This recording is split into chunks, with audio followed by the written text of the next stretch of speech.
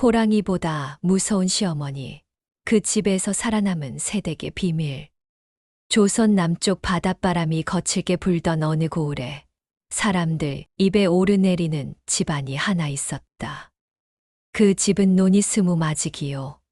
곳간에는 쌀이 마르지 않았으며 마을 사람들이 어려운 일이 생기면 제일 먼저 문을 두드리는 큰 집이었다. 그러나 그 집을 두고 사람들은 이렇게 속삭였다. 그 집 안마님은 사람 잡는 호랑이보다 더 무섭다더라. 그 집 안마님, 즉 시어머니는 젊은 시절 남편을 일찍 여의고 홀로 집안을 일으켜 세운 여인이었다. 장복을 벗자마자 장부를 붙들고 종들을 호령하고 빚을 갚고 논밭을 늘리며 자식 셋을 키워낸 여인. 사람들은 그녀를 두고 철로 만든 사람이라 했다. 그 집 맏아들 도현이 장가를 들게 되자 온 마을이 술렁였다. 어떤 아가씨가 저 집에 시집을 가겠나. 들어가면 반쯤 죽었다 생각해야지. 그러나 혼인은 이루어졌다. 시집 온 세댁의 이름은 연화였다. 연화는 가난한 선비 집 딸이었다. 집안은 넉넉하지 않았으나 글을 읽을 줄 알았고 마음이 단정하며 말수가 적었다. 혼례 첫날 밤 연화는 남편 도현에게 조용히 물었다. 시어머님이 많이 엄하신가요? 도현은 한참 말이 없었다. 어머님은 강하신 분이요. 그 말 속에는 두려움과 존경이 함께 담겨 있었다. 혼례 다음 날 연화는 새벽 달기 울기 전에 일어났다. 물동이를 지고 우물로 갔고 부엌에 불을 지폈다. 그때 뒤에서 낮고 단단한 목소리가 들렸다. 불은 그렇게 지피는 게 아니다. 시어머니였다. 연화는 놀라 돌아섰다. 시어머니의 눈은 마치 사람의 속을 꿰뚫어 보는 듯 차갑고 맑았다. 불씨는 작게 모아야 오래 간다. 크게 피우면 빨리 꺼진다. 그날부터 연화의 시험은 시작되었다. 된장을 담그면 짜다 하였고, 밥을 지으면 질다 하였고, 장작을 패면 각이 맞지 않는다 하였다. 하루는 연화가 실수로 항아리 하나를 깨뜨렸다. 마당에 파편이 흩어졌고, 연화는 그대로 주저앉아 고개를 숙였다. 죄송합니다, 어머님. 시어머니는 한동안 아무 말이 없었다. 그러더니 조용히 말했다. 깨진 건 다시 붙일 수 없다. 대신 다시는 깨뜨리지 않으면 된다. 벌도 없었다. 위로도 없었다. 그저 냉정한 말 한마디. 연화는 그날 밤 울지 않았다. 그녀는 스스로에게 말했다. 나는 여기서 도망치지 않겠다. 며칠이 지나자 집안 종들이 슬그머니 말을 걸었다. 세대 힘드시지요. 연화는 웃었다. 집안이 크니 배울 것도 많겠지요. 그러나 밤이면 손이 부르트고 허리가 끊어질 듯 아팠다. 남편은 어머니 앞에서는 아무 말도 못했다. 연화는 남편을 원망하지 않았다. 대신 시어머니를 관찰하기 시작했다. 시어머니는 새벽마다 장부를 본다. 누가 얼마를 빌려갔는지, 어느 논이 물이 부족한지, 어느 종이 게으른지 모두 기억한다. 그리고 마을의 과부에게는 쌀을 몰래 보내고 병든 노인에게는 약값을 대신 내준다. 그러나 사람들 앞에서는 절대 드러내지 않는다. 연화는 그 모습을 보며 생각했다. 저분은 왜 저리 차갑게만 보이려 하실까? 어느 날 큰 비가 내려 논이 잠겼다. 마을 사람들이 울며 불며 달려왔다. 마님, 논이 다 잠겼습니다. 시어머니는 잠시도 흔들리지 않았다. 물기를 터라. 사람을 모아라. 곡식은 일부 포기하듯 씨앗은 살려라. 그날 밤 연화는 시어머니가 몰래 눈을 감고 한숨을 쉬는 것을 보았다. 아주 짧은 한숨이었다. 다음 날 새벽, 연화는 먼저 나가 물기를 정리했다. 치마가 지늘게 젖고 손톱이 깨졌지만 묵묵히 일했다. 그 모습을 시어머니가 멀리서 보고 있었다. 며칠 뒤 마을에 소문이 돌았다. 큰 집 맏며느리는 울지 않는다더라. 시어머니한테 한 번도 대들지 않았다더라. 그러던 어느 날 사건이 터졌다. 집안 금고에서 은전 몇 냥이 사라진 것이다. 종 하나가 떨며 말했다. 혹시 새댁이. 마당이 조용해졌다. 연화는 놀라 고개를 들었다. 저는 그런 적이 없습니다. 시어머니의 눈이 가늘어졌다. 그렇다면 누가 가져갔느냐? 모두의 시선이 연화에게 쏠렸다. 그 순간 연화는 처음으로 시어머니의 눈을 똑바로 보았다. 어머님, 저는 결백합니다. 대신 찾겠습니다. 시어머니는 아무 말 없이 등을 돌렸다. 사흘 안에 밝혀라. 연화는 그날 밤 잠을 자지 않았다. 장부를 살폈고 부엌을 뒤졌고 종들의 동선을 기억해냈다. 그리고 마침내 알아냈다. 어린 막내 종이 아픈 어머니 약값을 구하려고 훔친 것이었다. 연화는 그 종을 조용히 불렀다. 내가 대신 말하겠다. 다음 날 연화는 시어머니 앞에 무릎을 꿇었다. 은전은 제가 빌려주었습니다. 제 잘못입니다. 마당이 술렁였다. 시어머니의 눈빛이 날카로워졌다. 거짓말을 하는 것이냐? 연화는 고개를 들지 않았다. 어머님께 말씀드리지 않은 것은 제 잘못입니다. 잠시 침묵이 흘렀다. 그리고 시어머니는 뜻밖의 말을 했다. 종을 불러라. 어린 종은 울며 사실을 고백했다. 시어머니는 한참 그 아이를 보더니 말했다. 다시는 손을 더럽히지 마라. 그리고 연화를 바라보았다. 남의 죄를 대신 짊어질 만큼 내가 강하다고 생각하느냐? 연화는 조용히 대답했다. 약한 사람을 버리면 집안도 약해집니다. 그날 이후 시어머니의 눈빛이 조금 달라졌다. 엄함은 그대로였지만 차가움은 줄었다. 겨울이 오던 날 시어머니는 연화를 불렀다.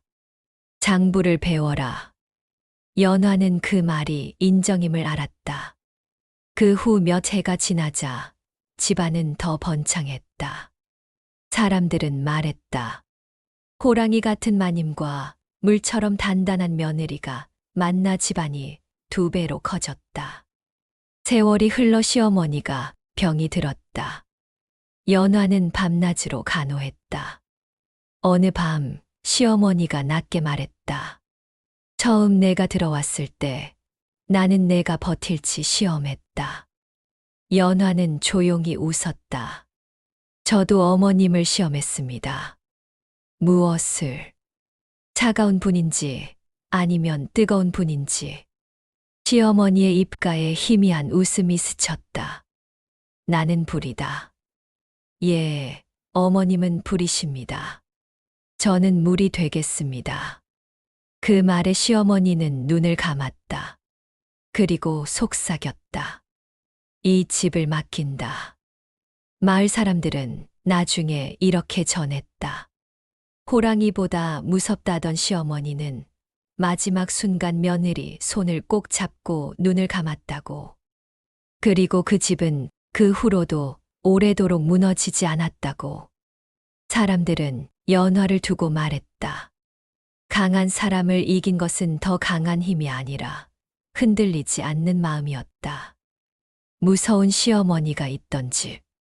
그 집에서 살아남은 세댁은 결국 그 집의 등불이 되었다. 그리고 그 이야기는 밤마다 사람들 입에서 입으로 전해졌다. 불은 태우기도 하지만 살리기도 한다고. 그리고 물은 흐르지만 결국 바위를 깎는다고. 그 집 마당에는 아직도 그 말이 남아있다. 엄함은 집을 세우고 인내는 집을 지킨다. 시어머니가 눈을 감은 뒤 집안은 고요해졌다. 장례는 3일장을 넘겨 7장까지 이어졌고 마을 사람들은 입을 모아 말했다. 큰 불이 꺼졌다. 그러나 연화는 그렇게 생각하지 않았다. 불은 꺼진 것이 아니라 자신 안으로 옮겨 붙었다고 느꼈다. 장복을 입은 채 장부를 펼쳤을 때 그녀의 손은 떨리지 않았다. 대신 마음이 무거웠다. 이제는 누구의 뒤에 숨을 수 없다는 사실 때문이었다. 맏아들 도현은 여전히 어머니의 그늘에서 벗어나지 못한 얼굴이었다. 장례가 끝난 밤 그는 조용히 말했다. 이제 당신이 이 집을 이끌어야 하오. 연화는 고개를 저었다. 함께 이끌어야지요. 그러나 속으로는 알고 있었다. 결정을 내리는 사람은 결국 자신이 될 것임을. 시어머니가 남긴 장부에는 빚진 사람들의 이름과 함께 작은 글씨가 적혀 있었다. 봄에 갚게 할 것, 병이 나으면 천천히, 자식 혼례 뒤로 미룰 것. 연화는 그 글씨를 오래 바라보았다. 차갑게만 보였던 시어머니의 또 다른 얼굴이 그 안에 있었다. 그때 마을에서 흉년이 들었다. 봄에 비가 오지 않았고 모내기한 논이 갈라졌다. 사람들이 다시 큰 집 문을 두드렸다. 마님, 쌀을 조금만 빌려주십시오. 종들은 웅성거렸다. 이러다 곳간이 비겠습니다. 도현도 망설였다. 조금만 풀고 나머지는 지켜야 하지 않겠소. 연화는 한참을 생각했다. 그리고 말했다. 씨앗은 나누되 대신 함께 일하게 합시다. 사람들에게 그냥 나눠주는 대신 둑을 쌓고 물기를 파는 일을 맡겼다. 하루하루 마을 사람들이 모여 땀을 흘렸고 물길은 다시 살아났다. 그해 가을, 노는 완전히 망하지 않았다. 사람들은 말했다. 새 마님은 다르다. 그러나 그 말 속에는 여전히 시험하는 눈빛이 담겨 있었다. 그러던 어느 날, 집안 둘째 도련님이 도박에 손을 대어 큰 빚을 졌다는 소식이 전해졌다. 채권자가 들이닥쳐 문을 두드렸다. 빚을 갚지 않으면 관가에 고하겠다. 집안이 다시 흔들렸다. 도현은 분노했다. 저 아이를 쫓아내야 합니다. 그러나 연화는 둘째를 불러 앉혔다. 얼굴이 새파랗게 질린 동생은 아무 말도 하지 못했다. 연화는 조용히 물었다. 왜 그랬느냐? 한참 뒤 둘째는 울먹이며 말했다. 형님처럼 인정받고 싶었습니다. 그 말에 연화의 마음이 흔들렸다. 시어머니의 엄함 속에서 자란 자식들의 그림자가 보였기 때문이다. 연화는 결단을 내렸다. 빚은 갚되 둘째에게는 집안 장부의 일부를 맡겼다. 숫자를 알면 욕심이 줄어든다. 처음엔 실수도 많았지만 둘째는 점차 달라졌다. 마을에서는 또 수군거렸다. 저 집은 어찌 저리 버티는가. 세월이 흘러 연화는 아이를 낳았다. 딸이었다. 사람들은 속으로 아쉬워했으나 연화는 웃었다. 딸도 집을 지킬 수 있습니다. 그녀는 딸에게 글을 가르쳤고 장부를 보여주었다. 그리고 말했다. 집은 힘으로 지키는 것이 아니라 사람으로 지키는 것이다. 어느 겨울밤 마을에 불이 났다. 바람을 타고 불길이 번졌고 큰 집 곳간까지 위태로워졌다. 종들이 허둥댔다. 그때 연화는 소리쳤다. 쌀을 먼저 옮기지 마라. 사람부터 살려라. 모두가 놀랐다. 그러나 그 판단은 옳았다. 사람을 먼저 구하자 불길을 잡을 힘이 생겼다. 결국 곳간 일부는 탔지만 집은 무너지지 않았다. 그날 밤 도현은 말했다. 어머니와 닮았소. 연화는 고개를 저었다. 아닙니다. 어머님은 불이었고 저는 물입니다. 다만 이제는 불과 물이 함께 있습니다. 나이가 들어가며 연화의 머리에도 흰빛이 스몄다. 마을 사람들은 이제 그녀를 두고 큰 어른이라 불렀다. 그리고 어느 날 어린 며느리가 그 집 문을 넘어왔다. 겁에 질린 눈으로 마당을 바라보던 새댁의 모습은 오래전 자신의 모습과 같았다. 종들이 수군거렸다. 이번 며느리는 버틸까? 연화는 조용히 다가가 말했다. 불은 작게 모아야 오래 간다. 그 말에 새댁은 놀라 고개를 들었다. 연화는 미소 지었다. 나도 그 말을 들은 적이 있다. 그리고는 덧붙였다. 하지만 내가 불을 지필 때 내가 옆에 있겠다. 그 집은 그렇게 또 한 번 이어졌다. 사람들은 훗날 말했다. 그 집은 무서운 시어머니 덕에 세워졌고 강한 며느리 덕에 이어졌다. 그러나 연화는 알고 있었다. 집을 지킨 것은 두려움이 아니라 끝내 도망치지 않은 마음이었다는 것을. 세월이 더 흐른 뒤 연화 또한 병상에 누웠다. 딸과 며느리, 손주들이 둘러앉았다. 그녀는 조용히 말했다. 엄함은 필요하다. 그러나 사랑 없는 엄함은 오래가지 못한다. 그리고 마지막으로 장부를 건넸다. 사람을 먼저 적어라. 숫자는 그 다음이다. 그 말과 함께 눈을 감았다. 마을 사람들은 또 한 번 상복을 입었지만 이번에는 울음 속에 미소가 섞여 있었다. 그 집은 여전히 그 자리에 있었고 봄이면 매화가 피었다. 누군가 묻곤 했다. 호랑이 같은 시어머니가 무섭지 않았는가? 연화의 딸은 이렇게 답했다. 무서웠다. 그러나 그보다 더 무서운 건 스스로 포기하는 마음이었다. 그래서 그 집 이야기는 지금도 전해진다. 무서운 시어머니가 있던 집. 그 집에서 살아남은 새댁. 그러나 진짜 결말은 살아남은 것이 아니라 이어낸 것이었다.